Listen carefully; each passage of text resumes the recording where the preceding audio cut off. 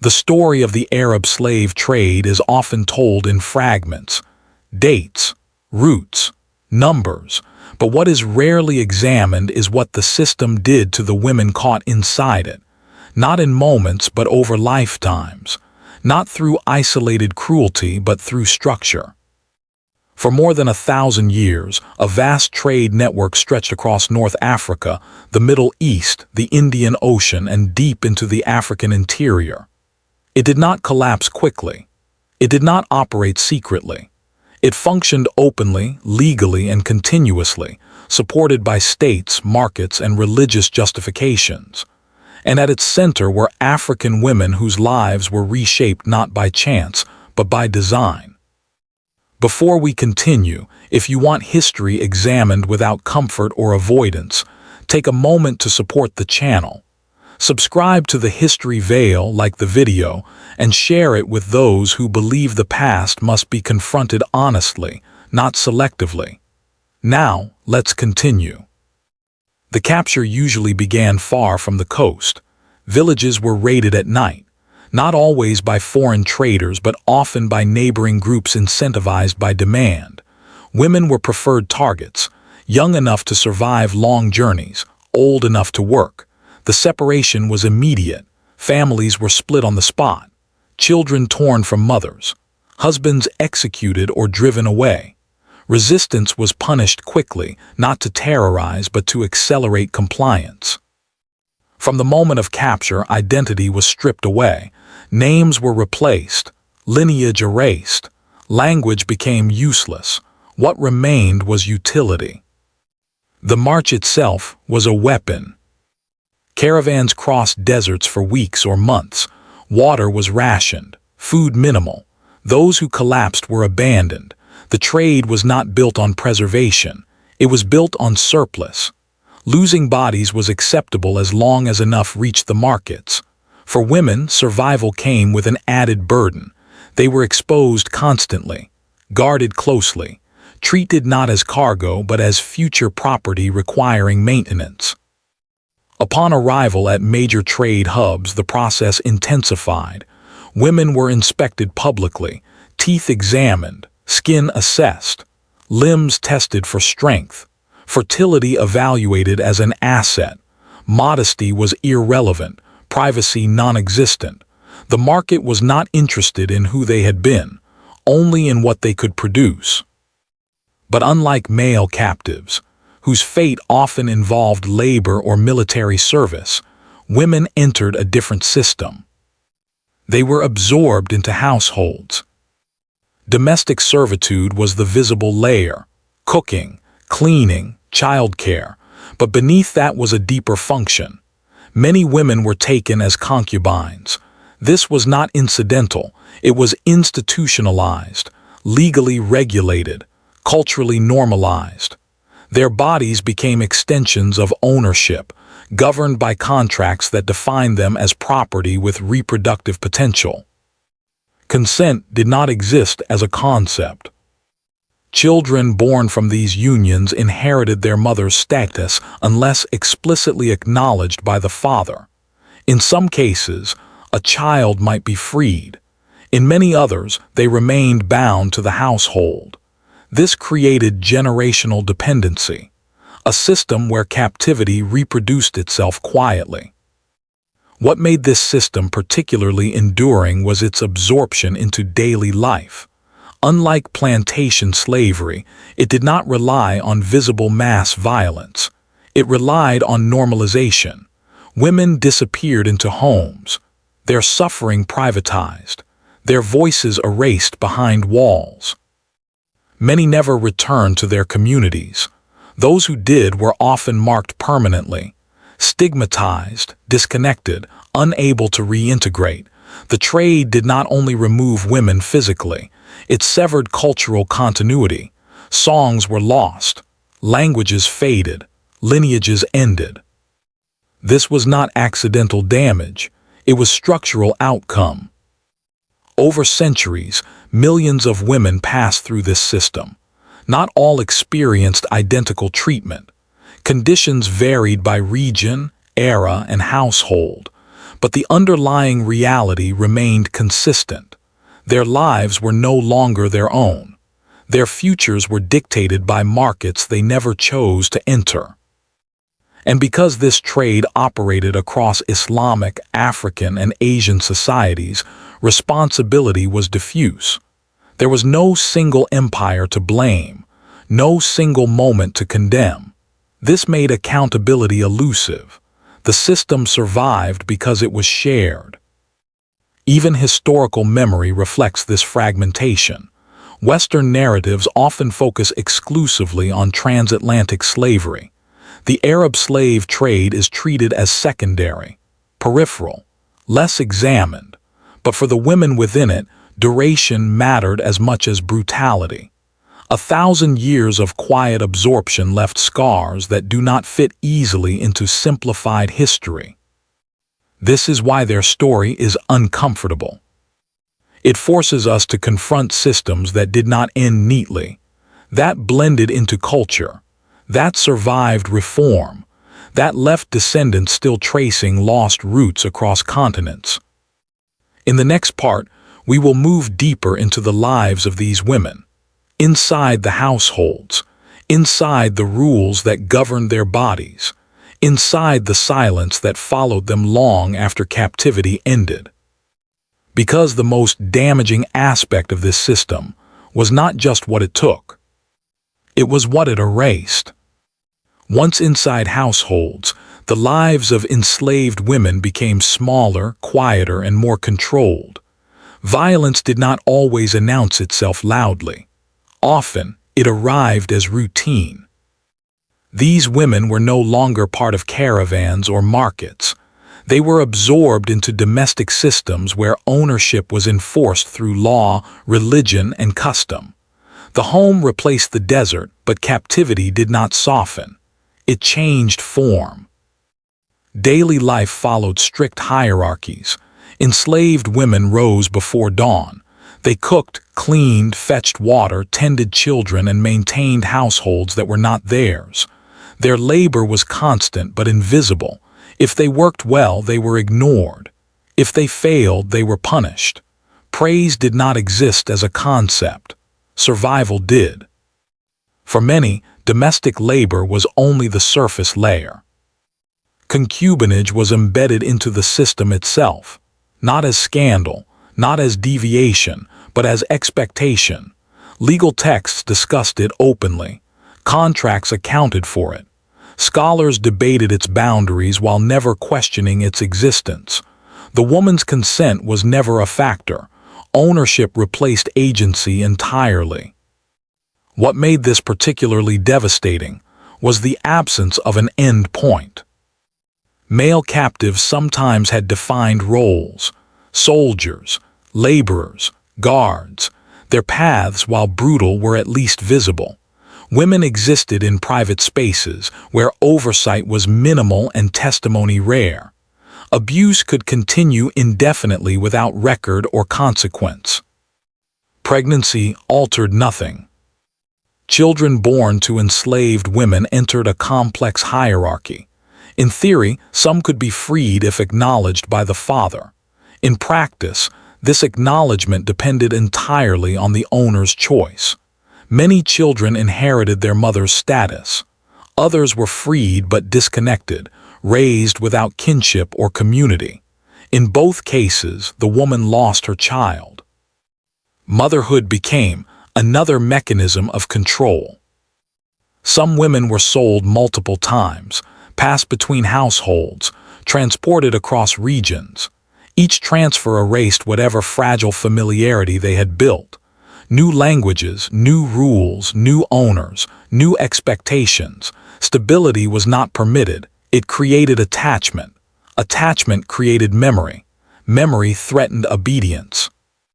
Resistance existed, but it was quiet. Some women refused to eat. Others sabotaged tasks. Some attempted escape, though few succeeded. Punishment for resistance was rarely public. It was personal, private, designed to correct behavior without drawing attention. The system did not want martyrs. It wanted compliance. And then there was silence. Enslaved women did not leave written records. They were denied education, denied authorship, denied platforms. What we know of their lives comes almost entirely from those who owned them, from legal manuals, from household accounts, from travelers' notes that observed without empathy. This creates a distortion in history, because suffering that leaves no record is often mistaken for absence. The Arab slave trade endured not because it was uniquely violent, but because it was adaptable. It blended into different societies. It adjusted to economic shifts. It survived reforms by changing appearance rather than substance. When public markets declined, private transactions increased. When laws tightened, interpretation loosened. Women remained central to this adaptability. They were not only labor, they were status symbols, fertility assets, cultural bridges forced into submission. Their bodies carried the system forward quietly, generation after generation. Over time, the consequences extended beyond individuals. Entire regions experienced demographic imbalance. Communities lost women of reproductive age. Cultural transmission weakened. Oral traditions fractured. Family structures collapsed. The damage was cumulative and invisible, spreading across centuries rather than exploding in moments. This is why comparisons often fail. The transatlantic slave trade was catastrophic, but it was shorter in duration and left extensive documentation. The Arab slave trade stretched across more than a millennium, leaving fewer records precisely because it was normalized.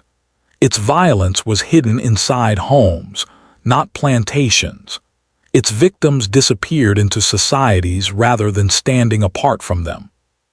This invisibility has shaped modern understanding. Discussions become defensive, responsibility is diluted, blame is deflected, and the women at the center are reduced to abstractions, numbers without names, statistics without stories. But these women lived entire lives within captivity. They aged, they remembered, they mourned, they adapted, they endured systems that never planned for their freedom. Even after abolition movements gained momentum in the 19th and 20th centuries, enforcement was uneven. Practices continued quietly. Domestic slavery proved difficult to monitor, especially when it wore the appearance of tradition. Some women were freed late in life, with no land, no family, no identity to return to. Freedom arrived as isolation. This is the cost of systems that privatize suffering. In the next part, we will confront how this history was remembered, denied, or minimized. How modern narratives struggle to address a trade that does not fit clean categories, and why acknowledgement remains so difficult. Because confronting this past is not about assigning simple blame. It is about restoring visibility to lives that were deliberately hidden. Over time, the system learned how to survive criticism. As awareness of slavery grew in the modern era, the Arab slave trade did not end cleanly. It receded. Public markets closed. Official declarations were signed. But what had been embedded into households did not disappear overnight. It adapted. Domestic servitude proved difficult to monitor. It existed behind walls, framed as tradition, dependency, or charity. Women who had spent their lives inside these systems were rarely visible to reformers. Their suffering did not occur in chains on public roads. It occurred quietly, in kitchens, courtyards, and private rooms where law rarely reached. Abolition, where it came, often arrived unevenly. Some regions enforced it quickly, others delayed. Some redefined ownership without dismantling control. Women were told they were free, but given no resources, no family, no land, and no path forward. Freedom without support became another form of confinement. Many remained with former owners because leaving meant starvation or social exile. For those who returned to their communities, reintegration was rarely simple. Years of captivity altered language, customs, and identity. Some women were viewed with suspicion, others with shame. Children born in captivity did not always belong fully to either world. Entire family lines became fragmented, existing between cultures without anchor. This is how the damage extended beyond captivity. The trade reshaped societies across continents. In parts of Africa, the removal of women of reproductive age weakened population stability. Marriage systems were disrupted, oral traditions fractured, knowledge carried through maternal lines disappeared. These losses did not announce themselves as catastrophe. They accumulated quietly over centuries. The psychological consequences were equally enduring. Living under permanent control required emotional suppression. Attachment became dangerous. Hope became liability. Many women learned to survive by shrinking themselves, by becoming invisible, by speaking only when necessary. These coping mechanisms did not vanish with freedom. They shaped generations. But history struggled to record this. Traditional sources prioritized treaties, rulers, and markets. They measured ships and routes. They counted numbers. They rarely asked how systems felt from inside, especially for women whose lives unfolded in private spaces. As a result, denial found room to grow. Some narratives minimized the scale. Others reframed it as benevolent. Still others deflected responsibility by pointing elsewhere. The absence of mass documentation became evidence of absence. Silence was mistaken for consent. But silence was enforced. The women at the center of this history did not choose invisibility. It was imposed. Their experiences were filtered through those who benefited from their labor. Even when abolition arrived, it rarely included testimony. Liberation was declared. Memory was not restored. In recent decades, scholars, descendants, and communities have begun revisiting this past with new tools. Oral histories, genetic research, recovered records. These efforts do not seek to sensationalize suffering. They seek to acknowledge it. Acknowledgement matters. Not because it assigns simple blame, but because it restores agency to lives that were denied it. It reframes history away from abstraction and back toward human experience. It allows descendants to understand why certain gaps exist, why names were lost, why roots were severed. This work is difficult because it challenges comfortable narratives. It asks societies to examine systems they inherited, not just those imposed upon them. It asks for responsibility without simplification. It asks for memory without defensiveness. And it insists on one truth: that the most enduring violence is often the least visible. The Arab slave trade did not rely on spectacle. It relied on normalization. It survived because it blended into daily life, because it hid behind walls, because it privatized suffering so effectively that history itself struggled to see it. The women inside this system were not passive. They adapted. They endured. They carried cultures across borders even as their own were erased. Their survival was not submission. It was resistance under constraint. Remembering them does not require graphic detail. It requires attention. It requires refusing to let duration erase responsibility, refusing to let silence stand in for consent, refusing to let complexity excuse harm. In the final part, we will confront what remembrance looks like now, how societies can address a past that resists simple narratives, and why telling this story carefully is not an act of accusation, but of restoration. Because history that excludes the most vulnerable is incomplete. An incomplete history repeats itself. The hardest part of this history is not what happened. It is what was forgotten. When systems last for centuries, they shape silence as effectively as they shape lives. By the time the Arab slave trade formally declined, its deepest consequences were already embedded into societies, families, and memory itself.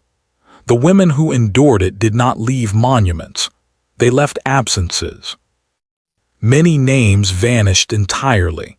Family lines broke without record. Languages were lost when mothers could no longer pass them on. Traditions ended not through destruction, but through interruption. What cannot be taught cannot survive. This is why remembrance is difficult. There is no single archive that captures the lives of these women, no unified ledger of suffering.